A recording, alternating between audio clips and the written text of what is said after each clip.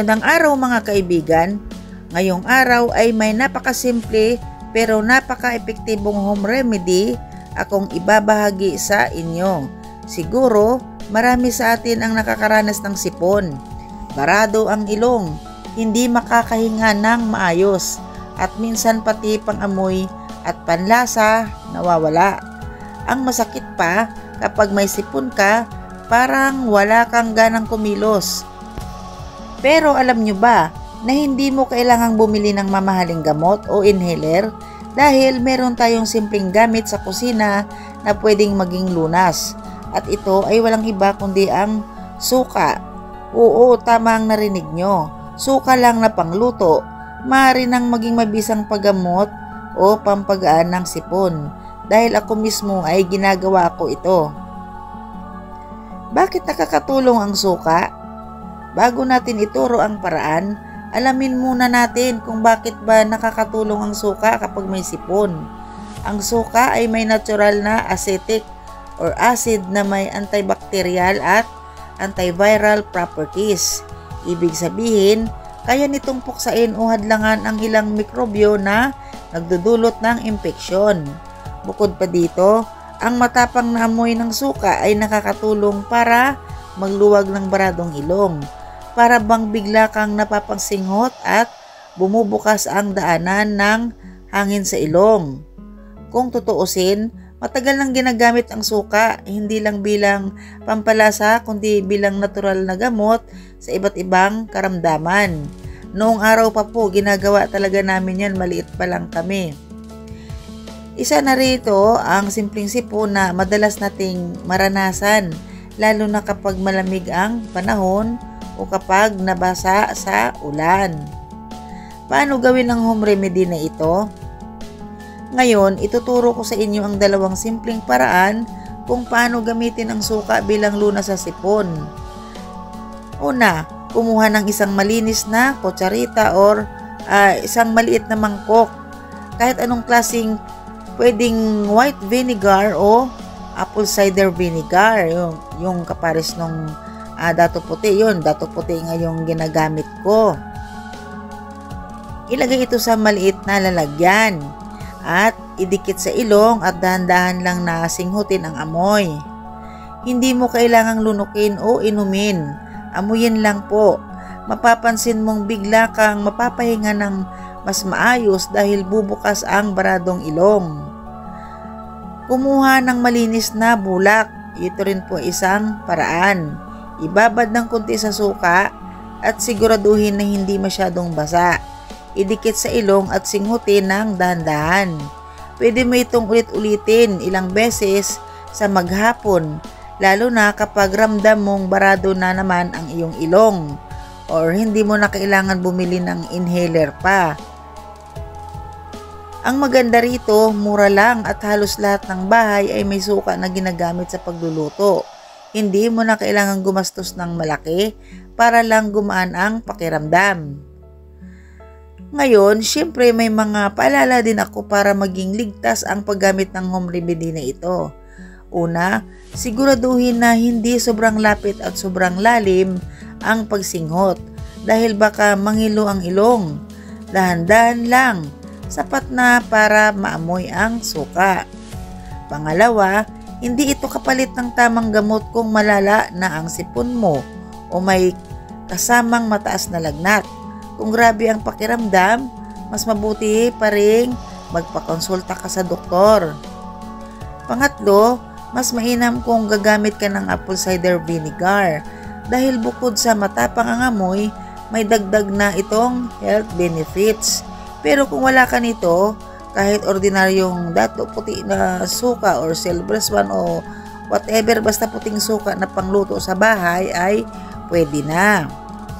Pang-apat, pwede mo rin itong sabayan ng pag-inom ng maraming tubig, pagkain ng masustansya at pagpapahinga para mas mabilis gumaling ang katawan.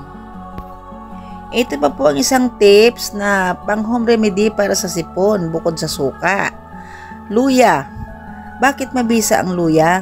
Ang luya ay may natural na anti-inflammatory at antibacterial properties. Nakakatulong itong paluwagin ang baradong ilong at nagpapalakas ng resistensya. Paano naman ito gawin? Kumuha ng ilang hiwa ng luya, 3 or 4 na piraso. Pakuluan sa 2 tasa ng tubig sa loob ng 10 minuto. Inumin habang mainit-init pa. Pwede mo ring lagyan ng kaunting honey o kalamansi. Bakit mabisa? Ang kalamansi o lemon ay mataas sa vitamin C na pampalakas ng immune system. Ang honey naman ay natural na antibacterial at nakakapagpagaan ng lalamunan. Paano ito gawin? Pisilin ng 2 o 3 kalamansi o kalahating lemon. Ihalo sa isang baso na maligamgam na tubig. Lagyan ng 1 kutsaritang honey. Inumin 2 beses sa isang araw. Bawang. Isa rin itong home remedy. Garlic steam inhalation.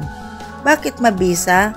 Ang bawang ay may alisin, isang compound na kilala bilang natural antibiotic at antiviral. Nakakatulong din ito lumaban sa sipon at baradong ilong. Paano naman gawin ang bawang? Durugin ang 2 o 3 butil ng bawang. Pakuluan sa 2 tasa ng tubig sa loob ng 5 minuto. Kapag kumukulo na, ilipat sa mangkok. Takpan ang ulo ng tuwalya at singutin ang singaw ng dahan-dahan sa loob ng 5 o 10 minuto. Yung para bang nagsusuob ka. Ganun po. Isa pang tips ang saline solution or asin at tubig. Bakit mabisa ang asin at tubig? Ang simpleng tubig na may asin ay nakakatulong magtanggal ng plema at dumi sa loob ng ilong. Natural itong nasal wash. Paano naman ito gawin? Maghalo ng 1 kutsarita ng asin sa 1 tasa ng maligamgam na tubig. Gumamit ng dropper o maliit na bote. Pwede rin ito or pwede rin sapat kung meron at ipatak sa ilong. Hayaan itong dumaloy palabas kasama ang bara. Mainit na singaw or steam therapy. Ang singaw mula sa mainit na tubig ay nakakatulong lumuwag ang daanan ng hangin, nagmo-moisturize sa ilong at nagpapaluwag ng baradong sipon. Paano naman ito gawin? Magpakulo ng tubig sa kaserola. Ilagay sa isang malalim na mangkok. Takpan ng ulo ng tuwalya at singutin ang singaw ng 10 minuto. Pwede ring lagyan ng dahon ng eucalyptus kung meron para mas nakaka-relax. Ang lahat ng ito ay natural, mura at madaling gawin sa bahay.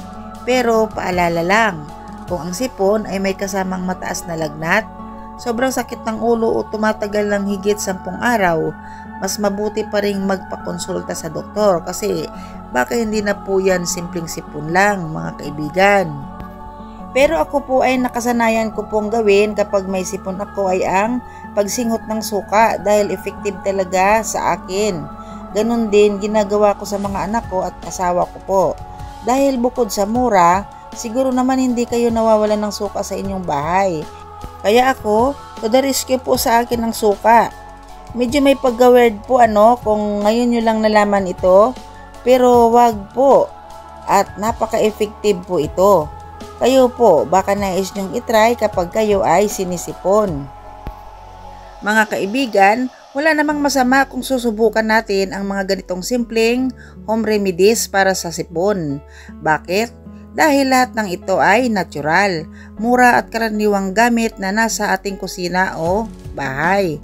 Hindi sila gawa sa chemical at hindi rin agad-agad nakakasama sa ating kalusugan kung gagamitin ng tama.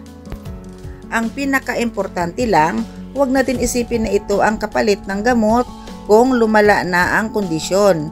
Pero habang simpleng sipon pa lang, yung baradong ilong, kunting ubo o panghihina, napakalaking tulong ng mga home remedy na ito para gumaan ang pakiramdam. Kumbaga, safe itong subukan kasi wala namang mawawala, kundi giginhawa pa ang ating katawan. Kaya ayan mga kaibigan, isang simpleng home remedy na siguradong makakatulong sa inyo kapag may sipon, suka lang, singhutin ng konti at giginhawa na ang pakiramdam. Minsan talaga ang mga simpleng bagay sa ating kusina ay may malaking silbi, hindi lang sa pagluluto kundi pati sa kalusugan. Kung nagustuhan nyo ang mga tips na ito, huwag kalimutang mag-like, mag-comment at mag-subscribe para sa iba pang mga natural na home remedies na pwede niyong subukan sa inyong tahanan. At kayo ba, may sarili rin ba kayong home remedy laban sa sipon? I-comment nyo sa ibaba para mapag-usapan natin sa susunod na video. Maraming salamat mga kaibigan at ingatan nyo lagi ang inyong kalusugan. Hanggang sa muli!